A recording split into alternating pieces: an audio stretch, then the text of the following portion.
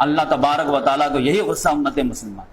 تم کہتے ہو یہ قرآن اللہ کی کتاب ہے، یہ قرآن دنیا کے سب سے بہترین کتاب ہے، یہ قرآن دنیا کو ہدایت دینے والی کتاب ہے، یہ قرآن مسلمانوں کو عروج دینے والی کتاب ہے، یہ قرآن دنیا اور آخرت دونوں بنانے والی کتاب ہے، اور عمل یہ ہے کہ تم اس کو پڑھتے تک نہیں ہو. 2 روپے کا پیپر خریدتے اس کو سمجھ کے پڑھتے ہو، لیکن خدا کا کلام کو تم جو ہے سمجھ کے نہیں پڑھتے ہو، اس کو عمل کرنے کے لیے تیار نہیں ہو، اس کو نافذ کرنے کے لیے تیار نہیں ہو، اس کو دوسرے تک پہنچانے کے لیے تیار نہیں ہو، اور پھر کہتے ہو قرآن پر ہمارا ایمان ہے.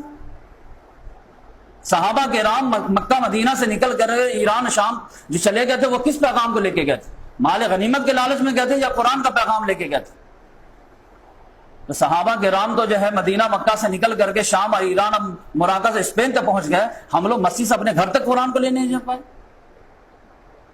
اپنے ملک میں نافذ کرنے کے بجائے کم سے کم اپنی ذات ہی پر نافذ کر لیے ہوتے، اپنے معاش پر نافذ کر لیے ہوتے، اپنے گھر پر نافذ کر لیے ہوتے. بیوی بال بچوں پہ تو کنٹرول ہے نا، اس پہ قرآن کو کیوں نہیں نافذ کر سکتے؟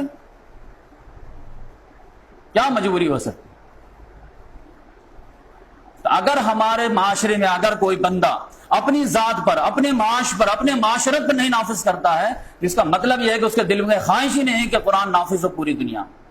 اب قرآن دنیا میں نافذ نہیں ہوگا تو آپ جان لیجئے کہ دنیا میں اسی طرح سے ظلم ناانصافی رہے گا. قرآن کے ساتھ ہمارا جو سلوک ہے، دنیا میں سب سے زیادہ مظلوم کتاب ہے آج کے دور میں تو وہ قرآن ہے.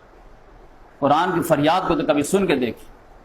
اگر آپ بچوں سے سوال کیجئے کہ دنیا میں سب سے پڑھی جانے والی کتاب کون سی ہے، تو ہر بچہ جواب دے گا قرآن مجید. لیکن اسی کے ساتھ دوسرا جو ہے کوشچن کیجئے کہ دنیا کے وہ واحد کتاب کا نام بتاؤ جس کو سب لوگ بنا سمجھے بوجھے رٹا لگاتے ہیں، پڑھتے ہیں، تو وہ بھی قرآن مجید ہی کا نمبر آئے.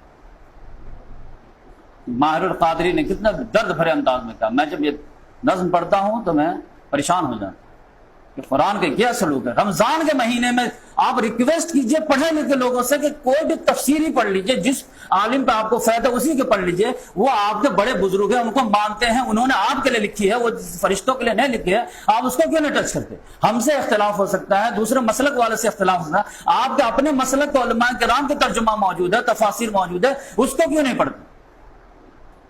لیکن قرآن چیختا رہتا، پورا رمضان بھی آ جاتا چیختا رہتا. ناکوں میں سجایا جاتا ہوں، آنکھوں سے لگایا جاتا ہوں، تعویذ بنایا جاتا ہوں، دھو دھو کے پلایا جاتا ہوں، جزدان حریر و ریشم کے اور پھول ستارے چاندی کے، اور پھر عطر کی بارش ہوتی ہے، خوشبو میں بسایا جاتا ہوں. اور جس طرح سے طوطا مینا کو کچھ بول سکھائے جاتے ہیں، اس طرح پڑھایا جاتا ہوں، اس طرح سکھایا جاتا ہوں.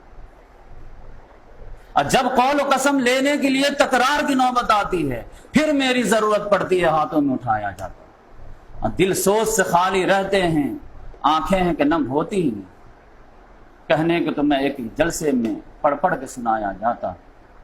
نیکی پہ بدی کا غلبہ ہے، سچائی سے بڑھ کر دھوکا ہے. ایک بار ہنسایا جاتا ہوں، 100 بار رلایا جاتا ہوں. یہ مجھ سے عقیدت کے دعوے، قانون پہ راضی غیروں کے، یوں بھی مجھے رسوا کرتے ہیں، ایسے بھی ستایا جاتا. کس بز میں مجھ کو بار نہیں، کس عرس میں میری دھوم نہیں، پھر بھی میں اکیلا رہتا ہوں، مجھ سا بھی کوئی مظلوم نہیں. یہ ہے قرآن مجید کی فریاد. قرآن مجید سے تلاوت کے لیے نہیں آئے ہیں. تلاوت فرسٹ اسٹیپ ہے، اس پہ بھی ثواب ہے، لیکن سیکنڈ اسٹیپ اس کو سمجھنا ہے، تھرڈ اسٹیج اس پہ عمل کرنا ہے، چوتھا اسٹیپ جو ہے اس پہ دوسرے تک پہنچانا ہے، اور پانچواں اسٹیپ اس کے نظام کو نافذ کرنا ہے. تب جا کر کے امت مسلمہ بھی، بقیہ دوسری اقوام بھی جو ہے اس کے دامن میں آ کر کے عافیت محسوس کر پائیں.